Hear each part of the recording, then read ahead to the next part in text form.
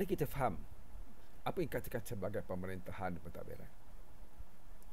Pemerintahan dan pentadbiran, contohnya kita mula dengan pemerintahan beraja, iaitu raja berkuasa mutlak, di mana kuasa raja itu dikaitkan dengan mandat dari syurga, misalnya di China, ataupun sebagai kuasa raja yang tidak boleh dipetikai oleh manusia biasa.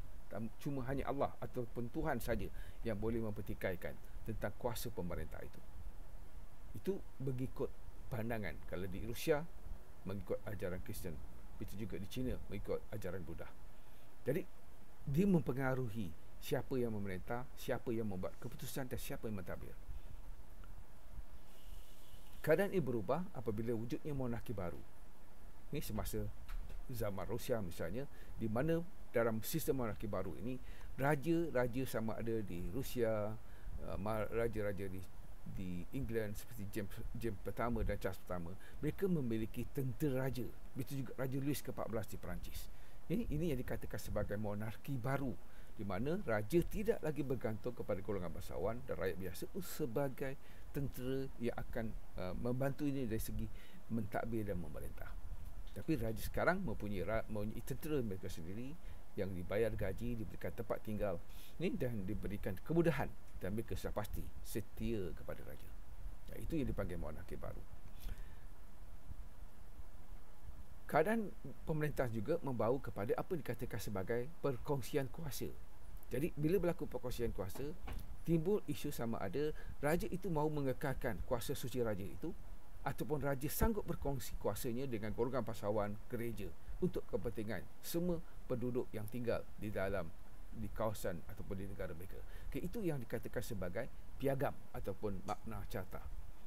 Oleh kerana berlaku perselisihan antara raja, pembesar, gereja dan juga rakyat berkaitan dengan perkongsian kuasa ini, khususnya dalam menentukan kadar cukai, menentukan bagaimana pemerintahan itu dilakukan, ini telah membawa kepada penentangan di kalangan golongan bangsawan, itu ahli parlimen, dengan disokong oleh rakyat, khususnya golongan Protestan, iaitu Kristen Protestan, yang dikenali seperti Puritan di England dan juga Huguenot di Perancis. Dan golongan-golongan ini menjadi pencetus, pendokong yang memperjuangkan apa dikatakan sebagai revolusi, seperti revolusi cemerlang di England 1688, revolusi Perancis 1789 dan juga perang kemerdekaan Amerika Syarikat. Jadi mereka yang berpendidikan, berintelektual dan ahli-ahli falsafah, ahli politik ini telah memperjuangkan perubahan kepada sistem raja yang berkuasa mutlak itu, dari segi perkongsian kuasa, dari segi bentuk kerajaan yang bagaimana yang terbaik untuk rakyat. So, ini membawa kepada apa yang berlaku di England dikenali sebagai raja berperlembagaan.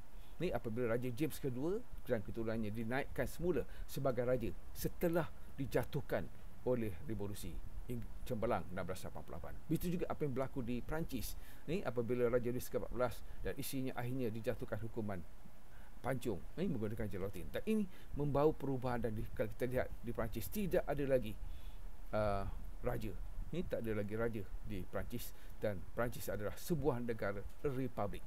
Daripada raja berperlembagaan kemudian naik sebentar Napoleon Bonaparte dan dikembalikan semula setelah tewasnya Napoleon dalam perang Waterloo, yang memberi kepada pembentukan republik ketiga, keempat dan seterusnya di Perancis. Dan itu adalah perubahan yang berlaku akibat daripada revolusi, di mana adik-adik politik, kemajuan ekonomi, ilmu pengetahuan ini telah melahirkan golongan menengah, iaitu golongan pertengahan, ahli-ahli sains, golongan profesional melahirkan reformasis seperti Protestan dan sebagainya, dan mereka mula menuntut apa yang dikatakan sebagai hak asasi manusia hari ini, seperti Bill of Rights, Tolerance of Acts, liberalisme, hak asasi, demokrasi dan sebagainya. Dan semua ini akhirnya mewujudkan apa yang kita lihat pada hari ini, banyak negara yang berbentuk kesatuan, sama ada dia berbentuk republik atau dia adalah sebuah negara raja berperlembagaan dalam bentuk persekutuan ataupun berpresiden. Dan seperti inilah yang kita akan lihat nanti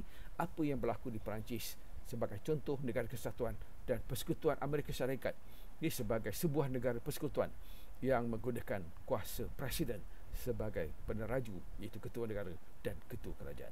Jadi kita perlu lihat dan kita perlu memahami keseluruhan ini dalam tema 2 untuk memahami apakah yang dikatakan.